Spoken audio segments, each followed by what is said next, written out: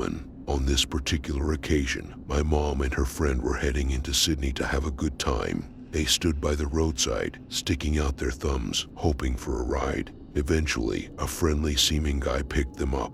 My mom sat in the back seat while her friend occupied the front. As they embarked on their journey, they soon realized something was amiss. The car was veering in the wrong direction, away from the city and deeper into the forest. The driver became eerily silent. Each wrong turn intensified their apprehension until it became painfully clear that they were not headed towards Sydney. Naturally, one of them finally mustered the courage to demand answers, exclaiming, "What the heck is going on? Where are you taking us?" Breaking his silence, the driver coldly retorted, "Shut your mouths and stay put. You're going wherever I damn well please." What this driver failed to realize was that my mom, despite being a petite and beautiful woman, possessed an indomitable spirit. She happened to be seated right behind him. Swiftly, she reached into her bag, retrieved a pocket knife, unfolded it, and pressed the blade firmly against his throat. Whispering into his ear, she made her intentions abundantly clear. "If you dare lay a finger on me, I will slit your throat, you despicable coward. Turn this car around immediately and take us to Sydney." Not uttering a single word, the driver complied, promptly executing a U-turn and driving back towards the city. My mom, with her blade still positioned menacingly against his throat, remained vigilant until the moment he pulled over. Both she and her friend swiftly exited the car, and without further ado, the driver sped away.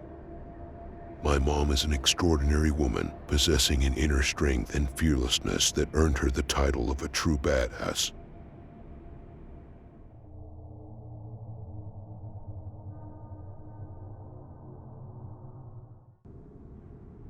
Allow me to share an intriguing experience from my early days of employment. Back in 2021, I landed my first job as an order picker in a food processing company. Being someone who preferred solitude, I managed to secure the night shift through negotiations with my boss. While being an order picker might not be the most glamorous occupation, it suited me perfectly as I could work independently without having to engage with others.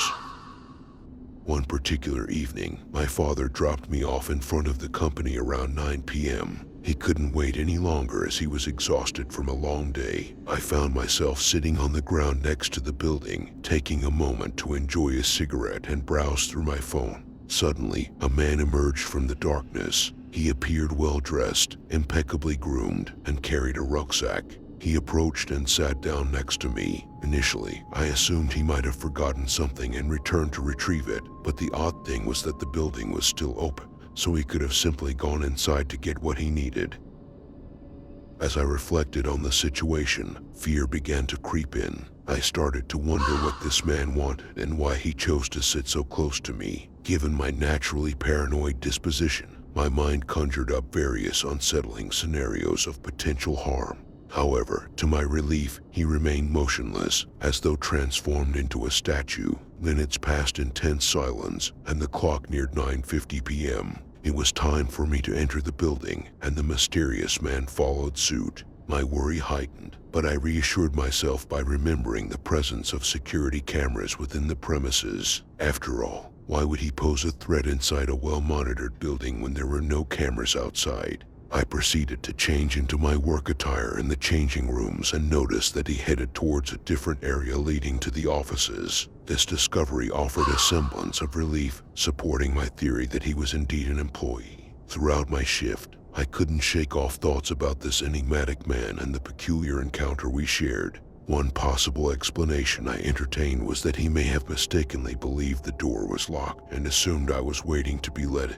Out of instinct, he joined me on the floor without uttering a word. Most of the night, I toiled away in my designated area, isolated from others. However, at one point, I heard a cough, and when I turned around, there he stood, rigid as a statue, fixated on me. Startled by his unwavering gaze, I mustered the courage to ask, "Can I help you?" Yet, he remained silent, his empty stare unbroken. 2 minutes elapsed, stretching into an eternity, until he slowly approached me. Every fiber of my being urged me to flee from this mysterious figure, but I found myself transfixed, unable to move. As he drew closer, within mere meters of me, He reached into his pocket. My heart raced, expecting a knife or some menacing object.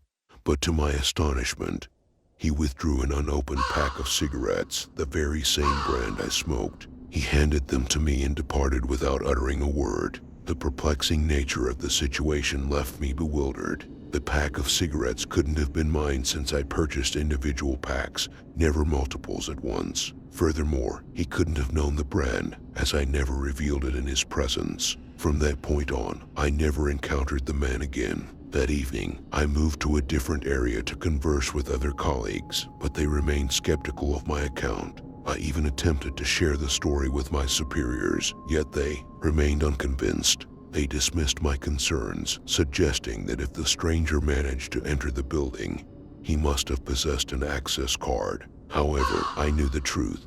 It was I who had opened the door, and the man had simply slipped inside before it closed. Despite their skepticism, I continued my work at the company until the end of my contract.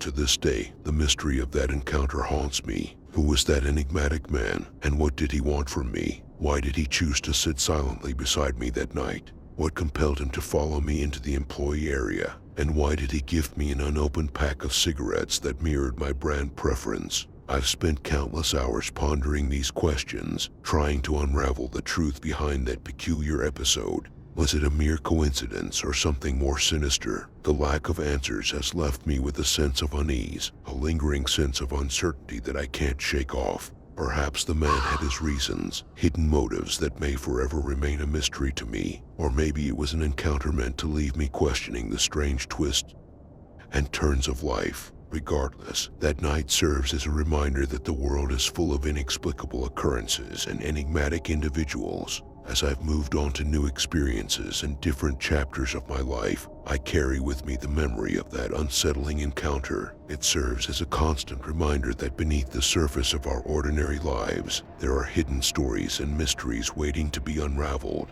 And though the answers may elude us, it's in the pursuit of understanding that we find a deeper appreciation for the complexities of the human experience. So, I continue to navigate life's journey, embracing the uncertainties and accepting that some questions may forever remain unanswered. And perhaps, one day, I'll stumble upon the truth behind that mysterious encounter, or maybe I'll learn to embrace the inexplicable and find solace in the mysteries that surround us all.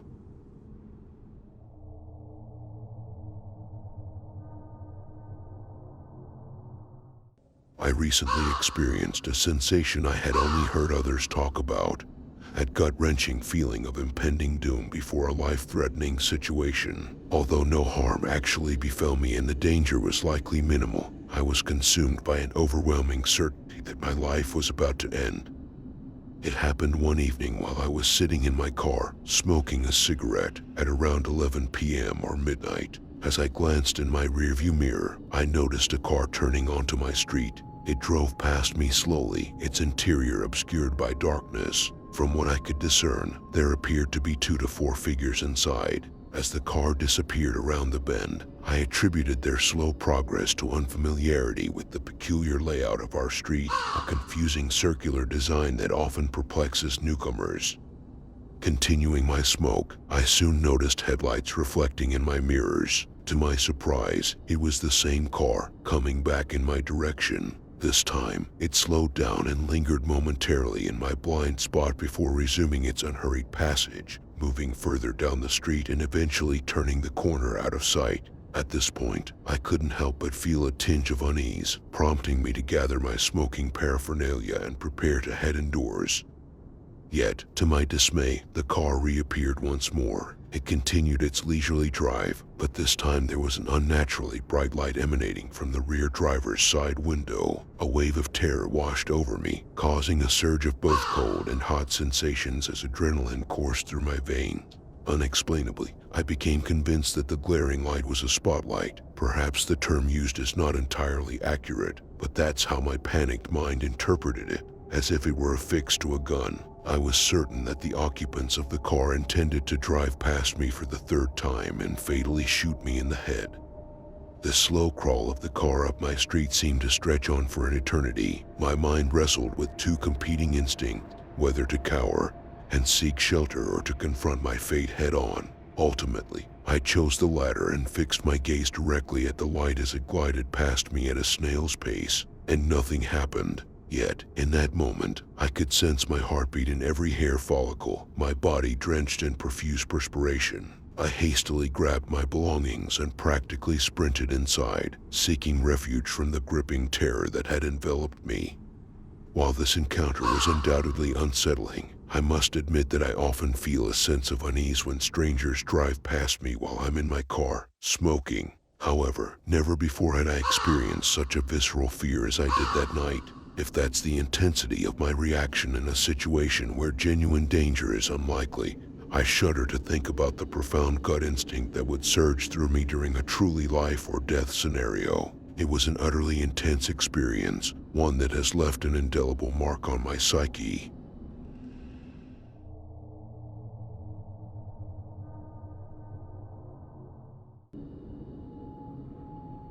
Approximately a decade ago, when I was just 15 years old, my friends and I had a usual meeting spot in a secluded path that was conveniently located in the middle of our homes. It was our go-to place for smoking and hanging out. I was the only girl in our group, while my friends were boys. The layout of our neighborhood was such that my house was on one side of a main road, and my friends' houses were on the opposite side. The main road continued on the left side of the houses, while the path we frequented was situated on the right side, hidden from view by the row of houses. However, from the path, you could catch glimpses of the main road through the gaps in the trees. If you ventured further along the path, it would lead you to a clearing in the woods and a walking trail, which was perfect for dog owners. Now, let me introduce you to Norman and his loyal Alsatian companion, Juno. Norman was the kind of guy everyone in the neighborhood was aware of, but we all tried to keep our distance. He had a habit of randomly approaching people, striking up conversations, or even offering drugs. Engaging in polite conversation with him was necessary, as he had an unpredictable demeanor. I remember one incident where he chased, caught, and shook a friend of a neighbor's child until the poor kid wet himself, all because the child had retrieved a football from Norman's garden. To add to his peculiarity, Norman had Batman wallpaper in his kitchen. Needless to say, he exuded a strong and unsettling aura. Norman resided on the same side of the main road as my friends, in a house that faced it. In other words, his home was nowhere near the path we frequented. The only time we would encounter him on the path was when he walked his dog, Juno. If he didn't have Juno with him, he would simply take the main road instead.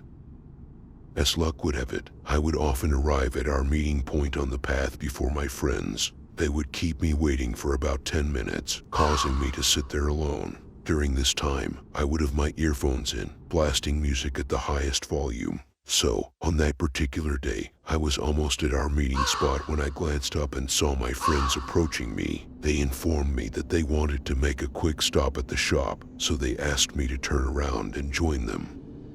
As I turned, my heart skipped a beat. Norman was right there, standing incredibly close to me, almost invading my personal space. Strangely enough, he didn't have Juno with him this time. I mustered an awkward nod and smile, the kind that us white people tend to do in such situations, and managed to squeeze past him. Once we reached the end of the path, we began walking back towards my house in the direction of the shop. Out of curiosity, I glanced back and noticed that Norman had also changed his mind about taking the path. Instead, he opted to walk up the main road toward his house. In that moment, a sinking feeling overwhelmed me, as if he had some sinister intentions up his sleeve that my friends had unknowingly thwarted by arriving early. It dawned on me that he was probably heading home, saw me walking alone with my earphones in, and saw an opportunity. I couldn't help but wonder what might have happened to me if my friends hadn't decided to set off early for the shop that day.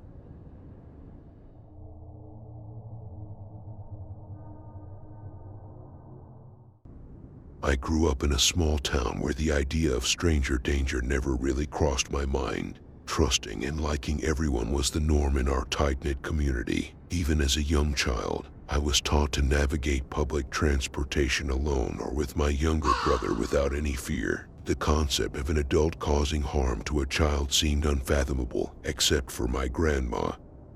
who was an exception for some reason. Oh, the blissful ignorance of youth.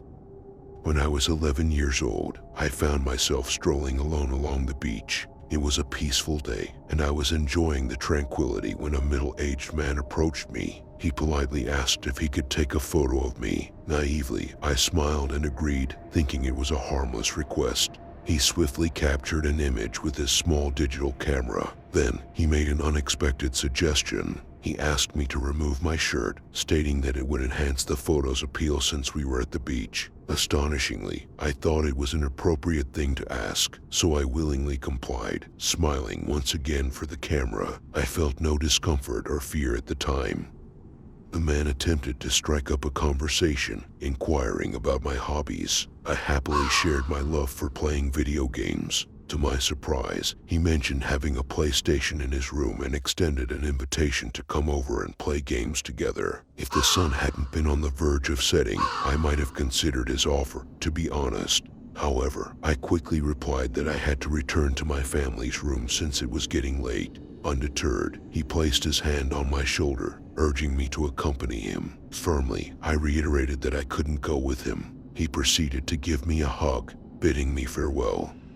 At the time, I found the hug somewhat strange. As a child, I wasn't particularly fond of physical contact and valued my personal space. Nevertheless, I brushed off the encounter as peculiar and never shared the incident with anyone. Years later, during one of my moments of introspection while standing under a cascading shower, the true gravity of that encounter hit me. I realized how utterly messed up it was, and a sense of discomfort washed over me.